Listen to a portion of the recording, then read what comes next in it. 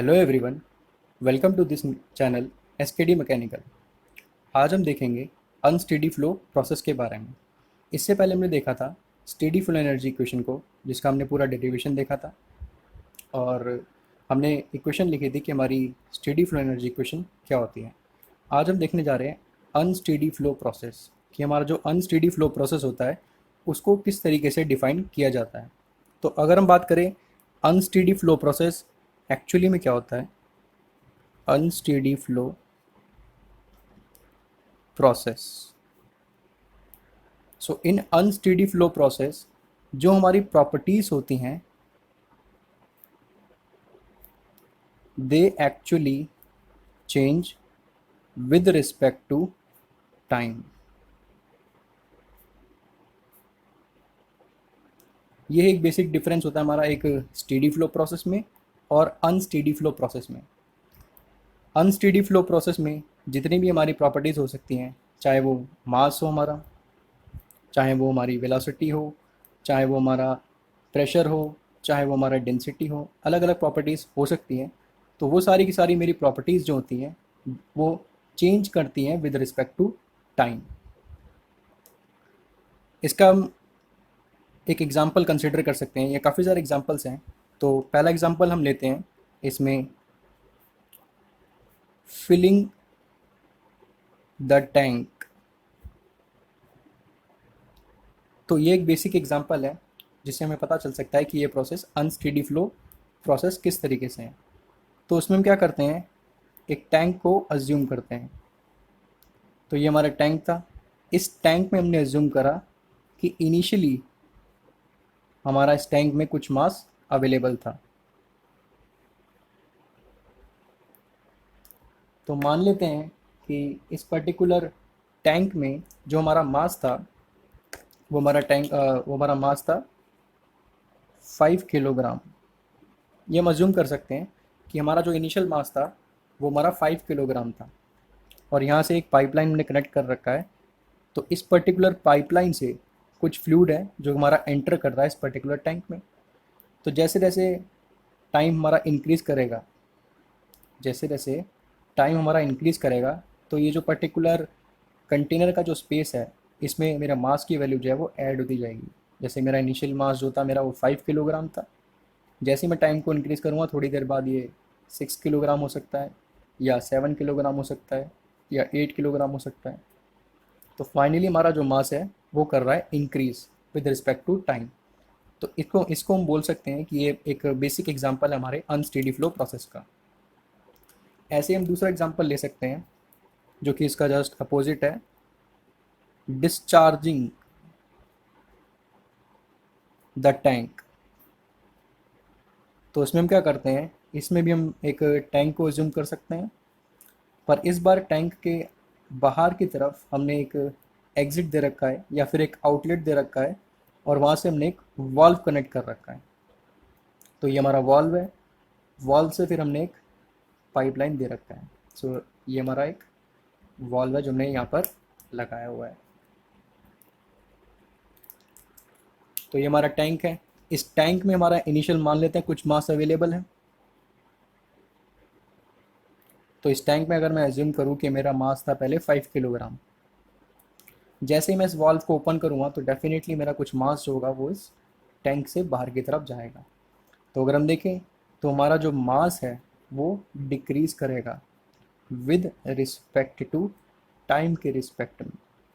यानी जैसे जैसे मेरा टाइम इंक्रीज़ करेगा, मेरा जो मास होगा इस पर्टिकुलर कंटेनर में वो डिक्रीज़ कर रहा होगा विद रिस्पेक्ट टू टाइम। तो इसको भी हम बोल सकते हैं कि it is an example for unsteady flow process के लिए। We have third example also, that is a very basic example। और इस टाइप का एग्जाम्पल अगर हम देखेंगे तो चाहे फिलिंग द टैंक हो, डिस्चार्जिंग द टैंक हो, उसको हम इससे रिलेट कर सकते हैं। तो इसमें हम क्या करते हैं, एक सिंपल कंट्रोल वॉल्यूम को अज्यूम करते हैं। तो ये हमारा एक कंट्रोल वॉल्यूम होगा, और इस पर्टिकुलर कंट्रोल वॉल्यूम में हमने अज्यूम करा है कि इसके दो एंड हैं। एक इसका इनलेट एंड हमने अज्यूम किया है, this is called as inlet and, and this is called as outlet end। तो ये जो हमने अज्यूम किया है इसके अंदर, ये हमारा कंट्रोल वॉल्यूम है। It is called as control volume, जिसको हम ओपन सिस्टम भी कहते हैं। तो डेफिनेटली हमारा कुछ मास यहाँ से एंटर करेगा, और अगर इसके अंदर कुछ मास है तो वी आर अज्यूमिंग कि इसके अंदर जो इनिशियली मास था वो था मेरा 5 किलोग्राम। जो मास एंटर कर रहा है हम उसको मान लेते हैं 10 किलोग्राम, और ये मैंने माना कि कुछ मास एग्जिट कर रहा है। जो मास मेरा एग्जिट कर रहा है वो है 5 किलोग्राम के इक्वल, या 5 किलोग्राम नहीं, इसमें हम या 5 किलोग्राम ही रहने देते हैं, ठीक है। तो अगर हम इसके अंदर ये देखना चाहें कि हमारा जो मास है वो चेंज कर रहा है नहीं कर रहा विद रिस्पेक्ट टू टाइम, इसमें हमें पता लग रहा है कि जो मास एंटर कर रहा है और जो मास लीव कर रहा है वो सेम नहीं है। यानी कि mass entering is not equal to mass leaving, क्योंकि जो मास हमारा एंटर कर रहा है वो 10 किलोग्राम है, और जो मास हमारा लीव कर रहा है वो हमारा 5 किलोग्राम है। तो इस केस में अगर हम देखें कि इनिशियल जो हमारे पास मास था वो हमारे पास मास था 5 किलोग्राम।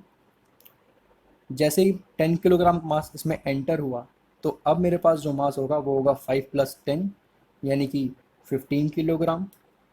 पर ये 5 किलोग्राम मास यहाँ से लीव कर रहा है, तो मुझे 5 किलोग्राम मास सब्ट्रैक्ट करना पड़ेगा। तो फाइनल मेरे पास जो मास होगा वो होगा 10 किलोग्राम। तो हम देख सकते हैं कि इनिशियल जो मेरे पास मास था वो था मेरे पास 5 किलोग्राम, और फाइनल मेरे पास जो मास है वो है 10 किलोग्राम। तो हम कह सकते हैं कि हमारा जो मास है वो इंक्रीज़ हुआ है विद रिस्पेक्ट टू टाइम के रिस्पेक्ट में। यानी जैसे मेरा टाइम इंक्रीज़ कर रहा है, मेरे जो मास की वैल्यू है वो यहाँ पर इंक्रीज़ कर रही है। तो ये एक जनरल एग्जांपल है जिसको हम देख सकते हैं कि ये एक अनस्टेडी फ्लो प्रोसेस का एग्जांपल है, that when mass entering is not equal to mass leaving. यानी जो मास हमारा एंटर कर रहा है और जो मास हमारा लीव कर रहा है, अगर वो सेम नहीं है तो हम बोल सकते हैं कि वो एक बेसिक एग्जांपल रहेगा हमारे अनस्टेडी फ्लो प्रोसेस के लिए। बाकी इसके जो स्पेसिफिक एग्जांपल है वो ये हैं कि we have considered an example for filling the tank, इसमें मास हमारा इंक्रीज कर रहा है विद रिस्पेक्ट टू टाइम। ये डिस्चार्जिंग द टैंक, इसमें देखें तो मास मेरा डिक्रीज कर रहा है with respect to time. So these are general examples for unsteady flow process के लिए। जैसे हमने केस देखा है मास के लिए, सिमिलर केस हम डिस्कस कर सकते हैं फॉर एनर्जीज के लिए।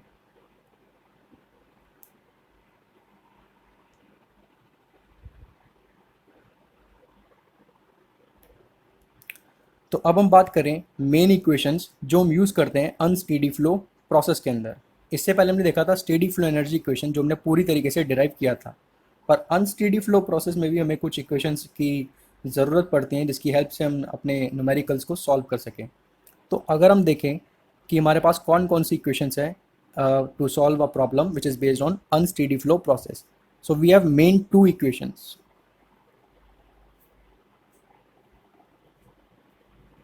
We have main two equations, जिसमें हमारा जो पहला इक्वेशन है it is called as conservation of mass. It is called as conservation of mass. तो ये हमारा एक पहला इक्वेशन है जो हम इसमें यूज़ करने वाले हैं अपने अनस्टेडी फ्लो प्रोसेस में। According to conservation of mass, ये हमें बताता क्या है कि rate of change of mass with respect to time within the control volume is equal to mass flow rate at inlet minus mass flow rate at exit. This is simply called as the conservation of mass, जो हम normal tank का example लेकर समझ भी सकते हैं। तो अगर हम इसको समझना चाहते हैं कि एक्चुअली में है क्या, इससे पहले हमने देखा था कि अगर हम एक सिंपल टैंक को अज्यूम करते हैं, so it is considered as a simple tank, और इसको मानते हैं कि ये मेरा कंट्रोल वॉल्यूम है, and we are assuming the initial mass of this particular control volume to be 5 kilogram. This we are assuming the mass which is entering as 10 kilogram, and this is the mass which is leaving which is simply considered as 5 kilogram. तो initial हमारे पास जो मास था वो था हमारे पास 5 kilogram, और अगर हम फाइनल मास कैलकुलेट करना चाहें जो इनिशियल मास था वो तो हम लिखेंगे लिखेंगे, प्लस में 10 किलोग्राम मास जो उसमें एंटर हुआ है, माइनस 5 किलोग्राम मास जो उसमें से लीव हुआ है। तो ये मेरा कैंसिल होगा, फाइनल मास मुझे देखने को मिलेगा जो कि मुझे 10 किलोग्राम मिलेगा। तो इनिशियल जो मास था वो था मेरा 5 किलोग्राम, और फाइनल मेरे पास जो मास है it can be simply written as 10 kilogram. तो अगर मैं ये देखना चाहूँ कि इसके अंदर कितना मास एक्यूमुलेट हुआ है, तो कितना मास एक्यूमुलेट हुआ है, सो एक्यूमुलेटेड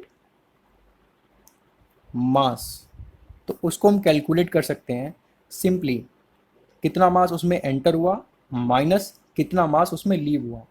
क्योंकि मास जो एंटर कर रहा था हमारे पास वो मेरे पास 10 किलोग्राम था, और जो मास लीव कर रहा है कंट्रोल वॉल्यूम से वो मेरे पास 5 किलोग्राम है।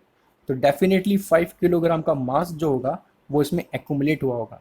जो हम देख भी सकते हैं कि इनिशियल मास हमारे पास 5 किलोग्राम था, 5 किलोग्राम मास इसमें एक्स्ट्रा एक्यूमुलेट हुआ है, जिसके कारण मुझे जो फाइनल मास मिला है इस कंट्रोल वॉल्यूम में वो मुझे मिला है 10 किलोग्राम। तो इसकी हेल्प से हमने इस इक्वेशन को लिखा है, बट यहाँ पर हमने एक फैक्टर यूज़ करा है, that is the time, that is the factor of time. क्योंकि जब भी हम बात करते हैं एक स्टेडी प्रोसेस की या फिर एक अनस्टेडी प्रोसेस की या फिर अनस्टेडी फ्लो प्रोसेस की, जब भी बात की जाती है एक स्टेडी फ्लो प्रोसेस की या फिर एक अनस्टेडी फ्लो प्रोसेस की, we always discuss those processes with respect to time। उसमें हम टाइम का फैक्टर जो होता है वो ज़रूर कंसिडर करते हैं। तो इसलिए यहाँ पर हमें एक टाइम का फैक्टर कंसिडर करना गया है कि rate of change of mass with respect to time within the control volume is equal to mass flow rate at inlet. जिस भी हिसाब से मास फ्लो कर रहा है एट दिस पर्टिकुलर इनलेट, तो इसको अगर हम लिखें, अगर मास फ्लो रेट में लिखना चाहे तो we can write as 10 kilogram per second या फिर 5 किलोग्राम पर सेकेंड। तो ये हमारा मास फ्लो रेट कहलाएगा, जो कि इस चीज़ को रिप्रेजेंट करेगा कि हमारा पर सेकेंड कितना मास है जो मेरा फ्लो कर रहा है। तो इसमें अगर हम देखें पर सेकेंड 10 किलोग्राम मास है जो एंटर कर रहा है, और इसमें अगर हम देखें तो पर सेकेंड 5 किलोग्राम का मास है जो लीव कर रहा है या फिर एग्जिट कर रहा है मेरा कंट्रोल वॉल्यूम से। So this is our first equation जो हम यूज़ करते हैं इस पूरे अनस्टेडी फ्लो प्रोसेस में, that is the conservation of mass, where we can simply write that m I dot is representing the mass uh, entering, or we can say mass rate entering into the control volume। जिस भी हिसाब से मास enter कर रहा है control volume में उसका हम रेट लिखते हैं, and M E dot representing the mass rate which is leaving from the control volume, यानी किस हिसाब से मेरा मास जो है वो लीव कर रहा है कंट्रोल वॉल्यूम से। तो ये हमेशा डॉट का जो सिंबल होता है वो इसी चीज़ को रिप्रेजेंट करता है कि हम इसको कंसिडर कर रहे हैं विद रिस्पेक्ट टू टाइम के रिस्पेक्ट में, यानी कि हम रेट को रिप्रेजेंट कर रहे हैं मास का, ना कि मास को रिप्रेजेंट कर रहे हैं। तो ये जो मास है एक्चुअली में मास के रेट को रिप्रेजेंट कर रहा है जो एंटर कर रहा है कंट्रोल वॉल्यूम में। Similarly M dot E is representing the mass rate which is leaving from the control volume. Now we have second equation, क्योंकि हमारे पास दो फेमस इक्वेशंस है और वही हम यूज़ करते हैं अनस्टेडी फ्लो प्रोसेस के अंदर। Second equation we have, it is called as the conservation of energy, conservation of energy. दोनों की दोनों इक्वेशंस जो है हमारी, चाहे वो कंजर्वेशन ऑफ मास हो या कंजर्वेशन ऑफ एनर्जी हो, इनको साइमल्टेनियसली हमें यूज़ करना पड़ता है while we are dealing with problems which are based upon unsteady flow processes। इससे रिलेटेड आगे हम एक न्यूमेरिकल भी सॉल्व करेंगे, पर उससे पहले हम इस इक्वेशन को देखते हैं। So conservation of energy, conservation of energy क्या कहता है, जैसे हमने मास के लिए इक्वेशन लिखा था कि rate of change of mass with respect to time with the control volume is equal to mass flow rate at inlet minus mass flow rate at exit. Same equation हम लिख सकते हैं फॉर एनर्जी कंजर्वेशन। तो इसमें अगर हम लिखें तो हम लिख सकते हैं D E by D T rate of change of energy with respect to time within the control volume will be equal to energy flow rate at inlet minus energy flow rate at exit. This is simple equation which we can write, जो कि ये बताता है कि अगर हम एक simple control volume को अज्यूम करें, ये हमारा एक सिंपल कंट्रोल वॉल्यूम हो गया। इसमें अगर हम कुछ अज्यूम कर लेते हैं कि इनिशियल कुछ भी एनर्जी था, that is suppose 10 kilo joule, और हम मान लेते हैं कि जो एनर्जी हमारी एंटर कर रही है वो 20 किलो जूल है, और हम मान लेते हैं कि हमारी जो एनर्जी लीव कर रही है it is given as 5 kilo joule. तो हमारा जो इनिशियल एनर्जी था of this particular control volume it is given as 10 kilo joule. अगर हम देखें फाइनल जो एनर्जी इस कंट्रोल वॉल्यूम का वो क्या होगा, जो इनिशियल था वो प्लस जितना मेरा एनर्जी एंटर हुआ इस कंट्रोल वॉल्यूम में उसको हम लिखेंगे, माइनस जितनी एनर्जी लीव हुई मेरे कंट्रोल वॉल्यूम से उसको हम लिखेंगे। So E2 can be written as it will be 10 and 10 plus 20 it will be 30 and 30 minus 5 it will be 25 kilojoule. Okay, so we can see initial जो हमारी energy थी control volume में वो थी 10 किलो जूल, जबकि final जो energy आई है हमारी इस पर्टिकुलर कंट्रोल वॉल्यूम की वो हमारी आई है 25 किलो जूल के इक्वल। तो यहाँ से हम ये कंक्लूड कर सकते हैं कि हमारी जो एनर्जी है वो चेंज कर रही है विद रिस्पेक्ट टू टाइम, और अगर एनर्जी चेंज करती है तो definitely it will be a unsteady flow process. तो dE by dt rate of change of energy with respect to time within the control volume will be equal to energy flow rate at inlet minus energy flow rate at exit. This equation is known as conservation of energy equation. Conservation of mass, it is a very important equation. Conservation of energy, अब इसको हम थोड़ा और detail में देखते हैं कि actually में ये किस चीज़ को रिप्रेजेंट करता है। जो हम बात करते हैं यहाँ पर ई आई डॉट की, E I dot, so E I dot is basically representing total energy rate which is entering into the control volume. E I dot की बात करें, डॉट का मतलब जहाँ भी आएगा वहाँ पर हम बात करेंगे रेट की, यानी कि हम ये डिस्कस करेंगे कि एक सेकंड में हमारी कितनी एनर्जी है जो एंटर हुई है इस कंट्रोल वॉल्यूम में। अगर हम देखेंगे ई ई यानी कि ई सब्सक्रिप्ट ई, उसका रेट अगर हम डिस्कस करें so it is given as total energy rate which is leaving from the control volume. तो इसमें हम इसी चीज़ को डिस्कस करते हैं कि कितना हमारा एनर्जी है that is actually leaving from control volume से। तो यहाँ पर हम डिस्कस करते हैं कि हम देख चुके थे स्टेडी फुल एनर्जी इक्वेशन, तो जिसने स्टेडी फुल एनर्जी इक्वेशन नहीं देखा है तो उसका लिंक मैं डिस्क्रिप्शन में डाल दूँगा, वो उसको वहाँ से देख सकता है। So according to steady flow energy equation हम डिराइव कर चुके थे कि जो टोटल एनर्जी होती है इट इज़ गिवन एज, इसको हम सिंपली लिखते थे m times C1 square by 2 plus जी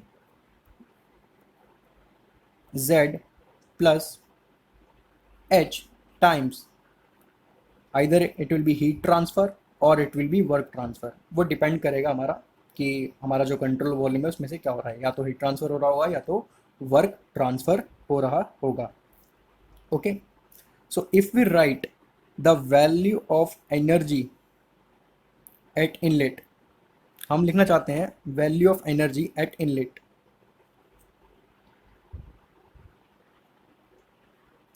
तो हम देखना चाहते हैं कि ई आई यानी कि एनर्जी जो भी मेरी एंटर कर रही है कंट्रोल वॉल्यूम में वो क्या है। इससे पहले हम क्या करते हैं, एक कंट्रोल वॉल्यूम को अज्यूम करते हैं।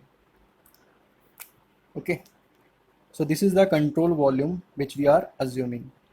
ये हमने एक सिंपल कंट्रोल वॉल्यूम लिया,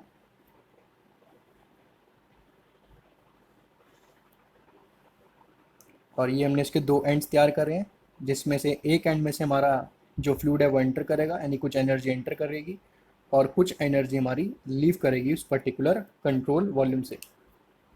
ओके, तो मान लेते हैं यहाँ से हमारी एंट्री हो रही है, it is given as inlet, और यहाँ से हमारा एग्जिट हो रहा है, it is given as leaving, जो भी हमारा हो रहा है उस पर्टिकुलर फ्लूइड का फ्रॉम दी कंट्रोल वॉल्यूम से। इसके साथ साथ हम एक चीज़ और एज्यूम करते हैं कि इसमें इस पर्टिकुलर कंट्रोल वॉल्यूम से कुछ पर्टिकुलर हीट जो है वो एंटर कर रही है, और डेफिनेटली एक चीज़ हम और एज्यूम कर रहे हैं कि ये जो कंट्रोल वॉल्यूम है ये किसी टाइप का वर्क प्रोड्यूस कर कर हमें दे रहा है। So it is the WCV which is called as control volume work, जिसको हम बोला करते हैं। Okay, so we have assumed that Q is the heat which is entering into this particular control volume, and WCV is basically called as the control volume work. Okay, हमने एक parameters इसलिए assume कर रहे हैं क्योंकि अगर हम इनको अज्यूम नहीं करते हैं और कोई प्रॉब्लम ऐसा आ जाता है जिसमें हमें दिया होता है कि कितना वर्क ट्रांसफ़र हो रहा है, कितना हीट ट्रांसफ़र हो रहा है, तो सारे ऑप्शंस हमें अवेलेबल रखने पड़ते हैं एक पर्टिकुलर प्रॉब्लम से रिलेटेड। अगर कोई हीट ट्रांसफ़र नहीं हो रहा तो हम जो क्यू की वैल्यू है वो ज़ीरो पुट कर देंगे, कोई वर्क ट्रांसफ़र नहीं हो रहा तो हम सिंपली WCV को उसमें ज़ीरो पुट कर देंगे। बट हम जनरल कंसिडर करके चलेंगे कि कुछ अमाउंट ऑफ हीट उसमें एंटर हो रहा है और कुछ अमाउंट ऑफ वर्क वो हमारा कंट्रोल वॉल्यूम प्रोड्यूस करके दे रहा है। तो अगर हम इसमें देखना चाहें कि कितनी एनर्जी है जो हमारी एंटर हो रही है,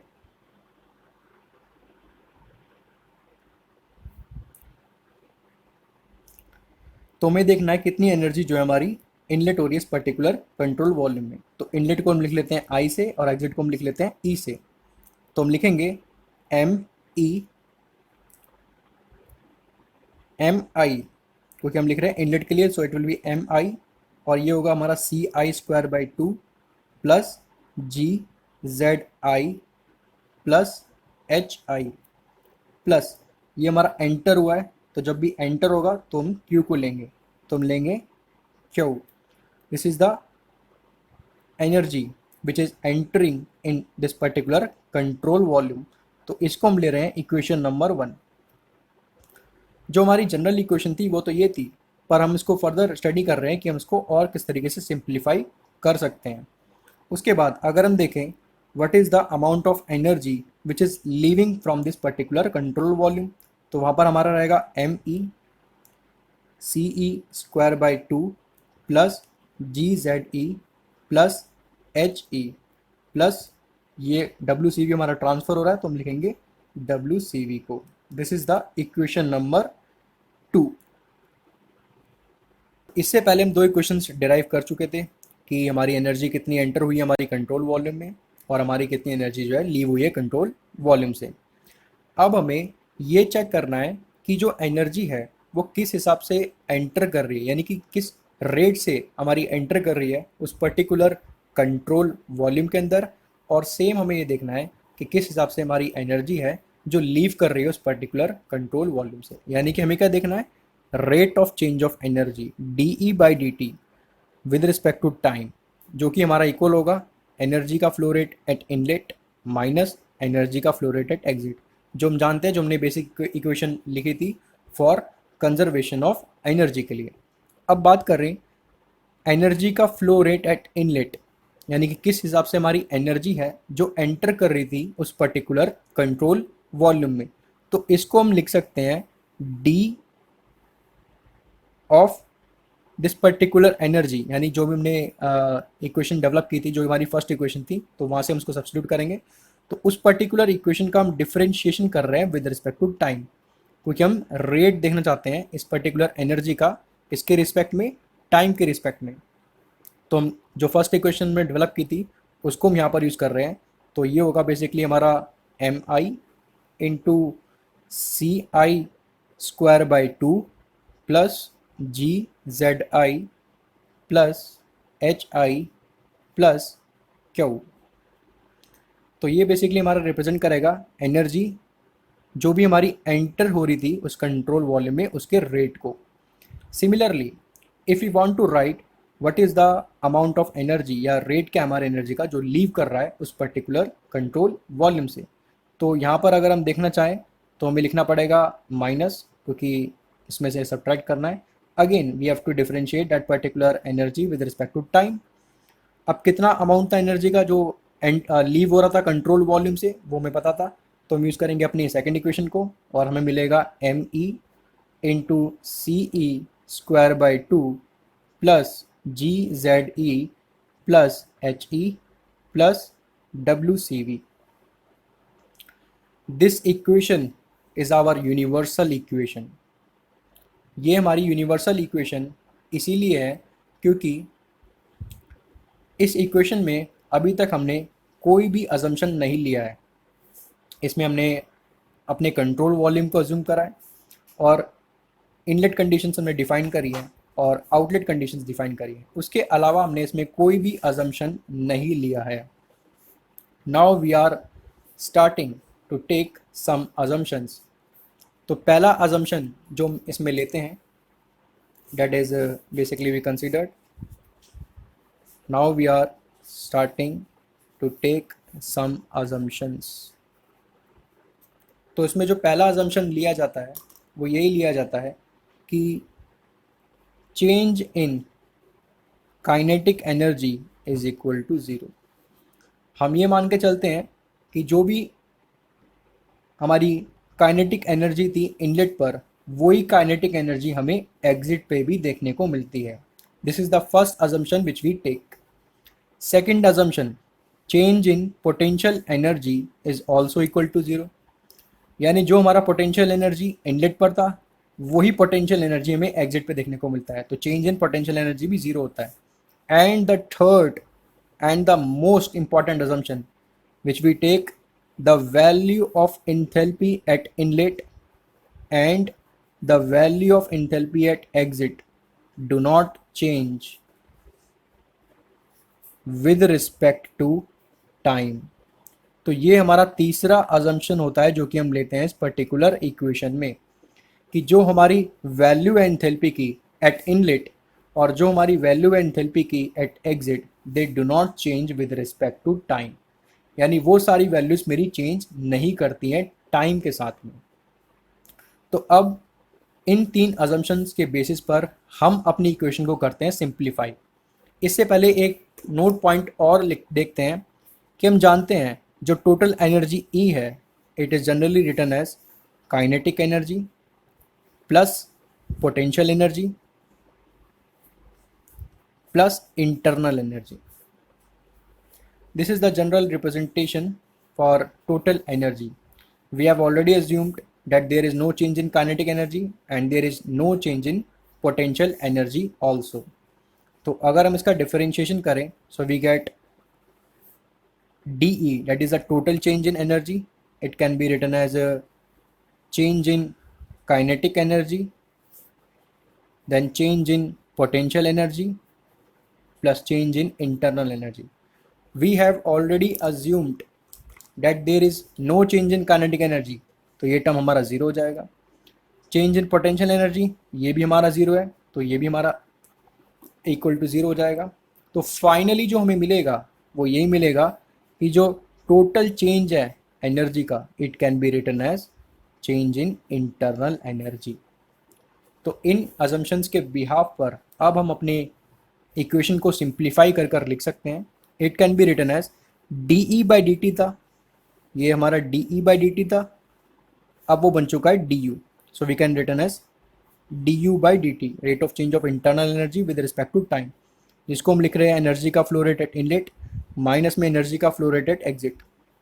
d बाई dt डिफ्रेंशिएशन कर रहे हैं with respect to time. Mass flow rate at inlet, there is no change in kinetic energy, तो ये टर्म कैंसिल हो चुका होगा तो उसको लिखने की ज़रूरत नहीं है. There is no change in potential energy, तो ये टर्म भी हमारा कैंसिल हो चुका होगा, सिर्फ बचेगा स्पेसिफिक एंथैल्पी, तो हम इसको लिख सकते हैं. Plus D Q by D T, rate of change of heat transfer, यानी कि हीट ट्रांसफर का रेट लिखना है तो हम लिख सकते हैं capital Q dot minus D by D T.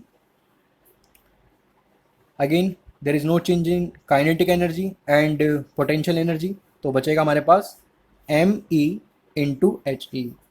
और इसके अलावा हमारे पास वर्क ट्रांसफ़र था, तो रेट लिखना है मुझे वर्क ट्रांसफ़र का, तो we can simply write as rate of work transfer from the control volume. यानी कि जिस भी हिसाब से हमारा जो वर्क है वो ट्रांसफ़र होगा कंट्रोल वॉल्यूम से, उसको हम यहाँ पर लिखेंगे. उसके बाद ये D E by D T बन चुका है D U by D T.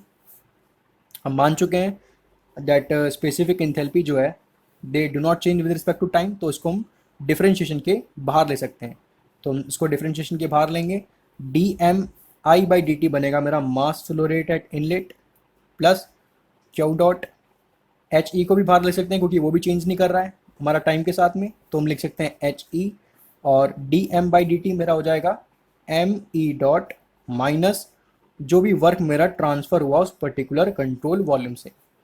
तो फाइनली जो मुझे इक्वेशन मिलेगी, it can be written as du/dt, that is the rate of change of internal energy with respect to time, जो कि हम लिख सकते हैं mass flow rate at inlet into specific enthalpy at inlet plus जो भी मेरा हीट ट्रांसफर का रेट है from the control volume minus mass flow rate at exit into specific enthalpy at exit minus जो भी मेरा वर्क ट्रांसफर का rate होगा उस पर्टिकुलर कंट्रोल वॉल्यूम से।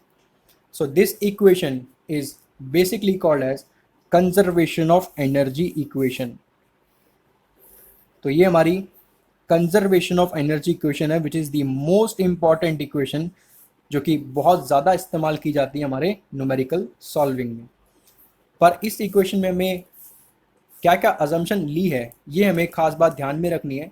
तो इस पर्टिकुलर इक्वेशन को लिखते वक्त हमने तीन चीज़ें अज्यूम की है, और वो ये है that there is no change in kinetic energy, no change in potential energy, and the value of enthalpy at inlet and the value of enthalpy at exit, they do not change with respect to time। और हमने देखा कि जब universal equation में, तो ये हम बोल सकते हैं कि ये हमारी एक यूनिवर्सल इक्वेशन है। So this particular equation is basically called as universal equation, जिसमें हमने कोई भी अजम्पशन किसी भी तरीके का नहीं अज्यूम किया था। So this equation is basically called as universal equation. जब हमने इन तीन असम्पशंस को इस यूनिवर्सल इक्वेशन में अप्लाई किया, so we got final equation as rate of change of internal time can be written as mass flow rate at inlet. तो हम लिख सकते हैं M I dot is basic, तो यहाँ पे हम देखें एम आई डॉट जो है बेसिकली रिप्रेजेंट करता है रेट ऑफ मास, या फिर बोल सकते हैं मास rate which is entering into control volume, and if we write similarly me dot, so it is representing mass rate which is leaving from the control volume, okay। And if we write hi and he, so it basically representing the value of specific enthalpy at inlet and outlet respectively। तो ये दो equations होती हैं जो basically इस्तेमाल करते हैं अपने अनस्टेडी फ्लो प्रोसेस में। The first equation is basically called as the conservation of mass, and the second equation which is called as the conservation of energy, जिसमें से जो हमारा यूनिवर्सल इक्वेशन होता है वो यही होता है, बट तीन अजम्पशंस लेने के बाद जो हमारा फाइनल इक्वेशन निकल कर आता है वो ये होता है। और इसी इक्वेशन का बहुत ज़्यादा हम यूज़ करते हैं खासकर न्यूमेरिकल सॉल्विंग के अंदर। तो ये था हमारा आज का वीडियो जो हमारा अनस्टेडी फ्लो प्रोसेस के बारे में था। अगर हम बात करें न्यूमेरिकल की, हमने बात की थी, तो न्यूमेरिकल मैं कोशिश करूंगा कि मैं उसको नेक्स्ट वीडियो में अच्छे से एक्सप्लेन करूं, क्योंकि न्यूमेरिकल बहुत अच्छा न्यूमेरिकल है और बहुत लंबा न्यूमेरिकल है, और जैसे कि ये वीडियो बहुत लंबा हो चुका है तो उसमें कवर करना पॉसिबल नहीं हो पाएगा, तो उसके लिए मैं एक नेक्स्ट वीडियो तैयार करूँगा, अच्छे से तैयार करूँगा। So thank you for watching this particular video. I hope this particular concept will be clear to you, क्योंकि ये कॉन्सेप्ट बहुत टिपिकल कॉन्सेप्ट है जो बच्चों में बहुत डाउट बना रहता है, खासकर अनस्टेडी फ्लो प्रोसेस से related. So again thank you for watching this particular video. अगर आपको इस पर्टिकुलर कॉन्सेप्ट में कोई भी डाउट हो तो आप उसे कमेंट बॉक्स में ज़रूर कमेंट करें, मैं उसका रिप्लाई ज़रूर दूंगा जैसे मुझे टाइम मिलेगा। और इस वीडियो को आपको अच्छा लगा हो तो उसको लाइक करें और ज़्यादा से ज़्यादा शेयर करें और सब्सक्राइब करना ना भूलें। Thank you.